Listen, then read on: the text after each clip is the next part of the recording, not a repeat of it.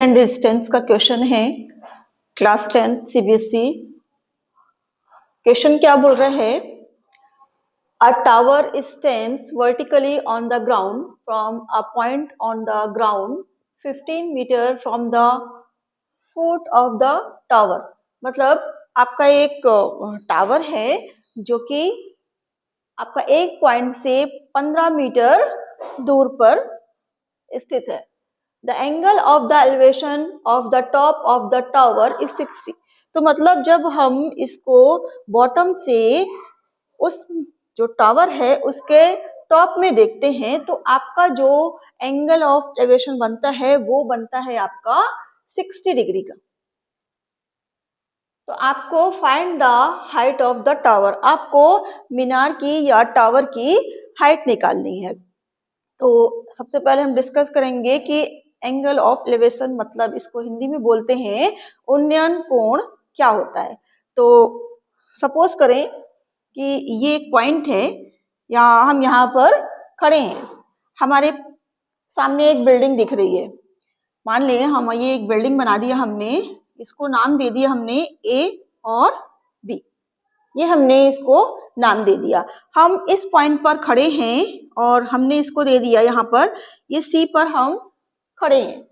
हमको इस जो आपका ये पॉइंट है यहाँ से इस टावर के टॉप को देख रहे हैं हम, तो यहाँ से हम अगर इसको इस पॉइंट को मिला देंगे तो ये आपकी जो होगी आंख से जो टावर तक की जो आपकी लाइन क्रिएट होगी वो क्या कहलाएगी? आपकी साइट लाइन।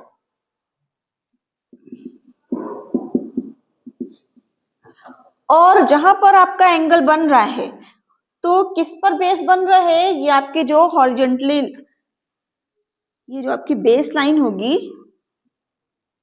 हॉरिजॉन्टल लाइन, इससे जो मिलकर आपका बनेगा एंगल वो कहलाएगा आपका एंगल ऑफ एलिवेशन। मतलब आप जब अपना सिर किसी भी ऑब्जेक्ट को देखने के लिए ऊपर उठाते हो तो जो आपका बेस से और जो आपकी साइड लाइन के बीच में जो एंगल बनेगा वो आपका एंगल ऑफ एलिवेशन कहलाएगा, मतलब उन्नयन कोण। और एक होता है आपका एंगल ऑफ डिप्रेशन जिसको हम बोलते हैं अवनमन कोण, उसको भी मैं यहाँ पर एक्सप्लेन कर दे रही हूँ। तो सपोज करें कि ये आपका टावर है, ये टावर है आपका ए और बी। यहाँ पर कोई आपकी वस्तु है, ये हमने मान लिया एक ऑब्जेक्ट है, इस ऑब्जेक्ट को हमने सी नाम दे दिया, इस ऑब्जेक्ट पॉइंट को हमने सी दे दिया। हम यहाँ पर हैं, हम उस टावर के टॉप पर हैं, मतलब उसके शिखर पर हैं। और अगर हम यहाँ से इस टॉप से इस ऑब्जेक्ट को देखेंगे, अगर हम इसको मिला दें तब भी ये हमारी साइड लाइन कहलाएगी, बस इसका डायरेक्शन चेंज होगा। इस पर हम इस तरह से देख रहे थे और यहाँ से हम यहाँ पर हैं, तो ये जो होगी आपकी ये भी साइड लाइन होगी। और आपका ये जो है यहाँ से आपको एक हॉरिजॉन्टल लाइन होगी आपकी, और इस हॉरिजॉन्टल लाइन और ये आपकी साइड लाइन के बीच जो एंगल बनेगा वो आपका एंगल ऑफ डिप्रेशन कहलाएगा। तो इसमें जो आपका एंगल हो जाएगा A B, A C B, angle A C B, ये आपका एलिवेशन एंगल हो जाएगा। और ये आपकी AC जो हो जाएगी ये हो जाएगी आपकी साइड लाइन, और ये इसमें आपकी BC हो जाएगी हॉरिजॉन्टल लाइन या बेस लाइन, या इसको आप हिंदी में बोल सकते हैं क्षैतिज रेखा। अब ये वाला जो आपका इसको हम नाम दे दें, इसको हम नाम दे दें ये मान लीजिए हमारा D हो गया, इधर तक ये D तक अपना हॉरिजॉन्टल लाइन जा रही है। तो यहां से आपका DAC, एंगल ऑफ DAC ये हो जाएगा आपका एंगल ऑफ डिप्रेशन।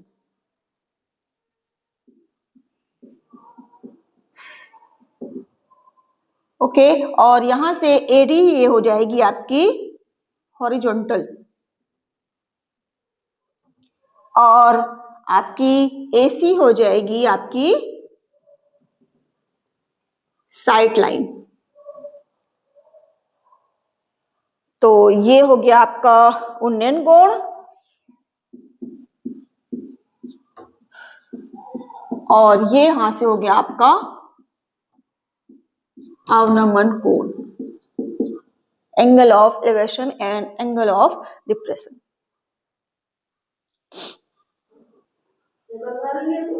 ये आपका दोनों ही क्लियर है, बस आपको बहुत शॉर्ट में ये समझना है कि जब आप अपनी आंख से ऊपर की तरफ देख रहे हैं तो वो आपका हो जाएगा उन्नयन मतलब एंगल ऑफ एलिवेशन, और जब आप अपनी आंख से किसी ऑब्जेक्ट को नीचे देख रहे हैं तो वो आपका बन जाएगा अवनमन कोण मतलब एंगल ऑफ डिप्रेशन।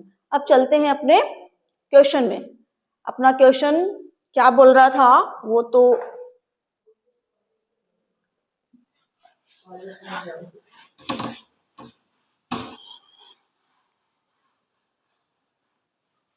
क्वेश्चन अपना बोल रहा है कि टावर स्टैंड वर्टिकली, मतलब आपका एक जो टावर है वो ऊर्ध्वाधर खड़ा हुआ है।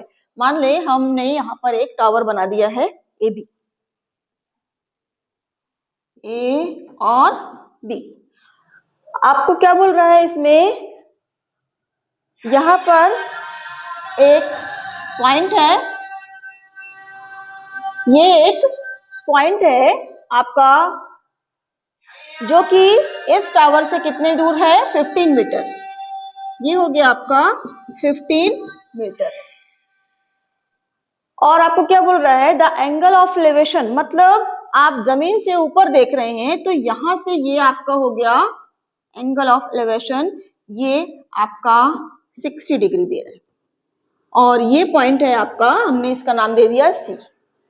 तो आगे बोल रहा है आपका find the height of the tower, मतलब आपके इसकी वैल्यू आपको फाइंड करनी है। ओके, तो यहां से आपको जो गिवन है वो आप लिख सकते हैं। गिवन एंगल आपका A C B is equal to 60 degree and B C मतलब आपकी हॉरिजॉन्टल लाइन जो है वो आपकी 15 मीटर है और आपके हाइट ऑफ टावर हमने मान लिया ये h है, तो आपकी ए बी हो जाएगी h मीटर। आपको एंगल दिया हुआ है तो हम इसमें लगा देंगे आपका 10 वाला, तो ये अगर हम 1060 इसमें लगाएंगे तो 10 क्या होता है आपका परपेंडिकुलर अपॉन बेस, मतलब A B upon B C, A B upon B C. 1060 की वैल्यू होती है अंडर रूट ऑफ 3, तो 1060 की वैल्यू हम यहाँ पर पुट करेंगे तो under root 3 is equal to A B आपका हमने h माना है, h अपॉन बी सी आपको ऑलरेडी क्वेश्चन में दिया हुआ है 15 मीटर, तो ये हो गया आपका 15। यहां से इसको हम इधर लेके जाएंगे तो ये हो गया आपका 15 root of 3 is equal to h, मतलब जो हाइट ऑफ टावर है वो आपका आ गया 15 रूट ऑफ 3 मीटर। यही आपको निकालना था और यही अपनी क्या है हाइट ऑफ टावर। ये हो गया आपका आंसर।